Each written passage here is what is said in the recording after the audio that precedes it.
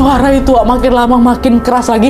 Itu angin kencang tuh masih ada ya. Wah, terus ada suara, minta kain panjangnya gitu-gitu. Ya Allah, saking kencangnya Wak, pohon-pohon pisang gak belakang rumah itu dia roboh.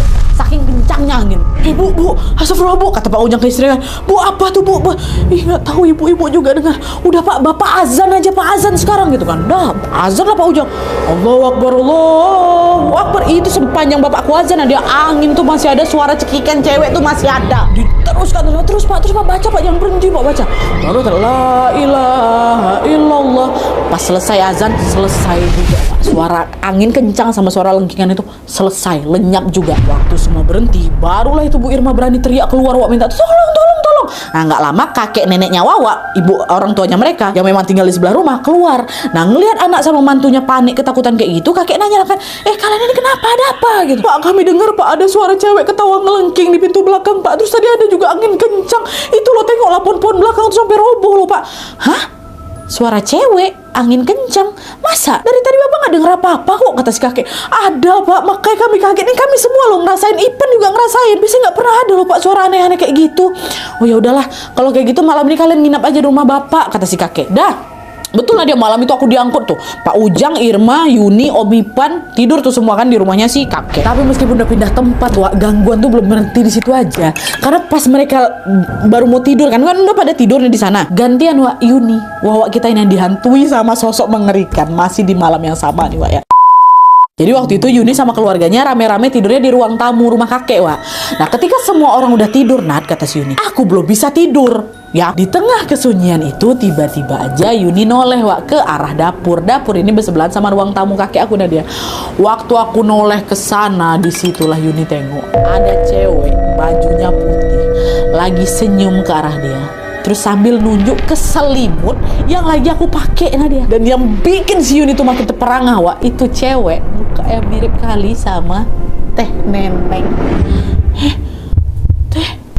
Nih teteh tuh nunjuk selimut aku. Belum habis rasa kagetnya Wak, sosok itu pelan-pelan berubah wujud dari sosok teteh yang cantik ini ya.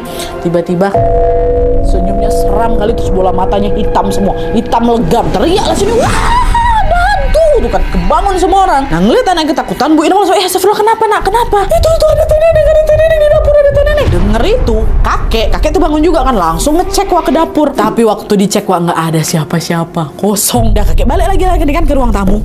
Tapi pas baru setengah jalan dari dapur ke ruang tamu itu, mereka semua yang ada di sana dikejutkan dengan suara kepakan sayap tapi dari bawah kolong rumah Wak. Rumah kakek itu memang rumah panggung dari bawah. Awalnya mereka pikir tuh udah cuma suara burung biasa aja kan, tapi setelah didengarkan lagi suara kepakan sayap tuh kencang Wak, besar kali suara ya, nggak mungkin burung nih. Dan nggak lama suara itu terbang masih ngepakin macam lagi terbang Wak, dari kolong sampai ke halaman belakang rumahnya. Nah menyadari keanehan itu kakek langsung berlari Wak ke belakang langsung nih.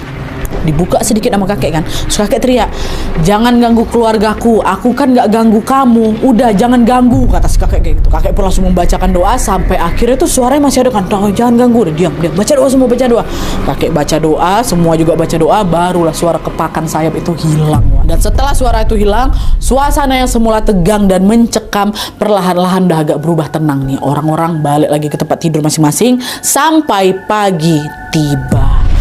Sehari setelah kejadian itu Wak, Yuni sama orang tuanya memberanikan diri nih buat balik ke rumah. Dan mereka mencoba untuk menjalani aktivitas mereka seperti biasa, menganggap yang kemarin tuh salah dengar apa kayak gimana lagi. Dan betul, hari itu di malam itu juga nggak ada kejadian apa-apa Wak, aman lah gitu. Tapi selang 1 minggu kemudian teror mistis kembali muncul dan menghantui mereka lagi Wak. Jadi ceritanya malam itu Pak Ujang ini Wak belum balik ke rumah dari tempat dia berjualan di pasar. Nah di situ Bu Irma udah agak mulai cemas tuh, karena biasanya Pak Ujang tuh pasti udah nyampe rumah jam 5. Itu udah paling malam, udah paling sore kali dia balik. Cuma sampai malam bapak ini belum balik. Khawatir si Bu Irma kan. Ibu Irma ini pun duduk di ruang tamu mau menungguin suaminya, biar nanti kalau misalnya suaminya balik dia bisa langsung buka pintu gitu. Dan betul aja Wak, gak lama setelah Bu Irma duduk di ruang tamu itu, dia dengar pintu rumahnya diketok.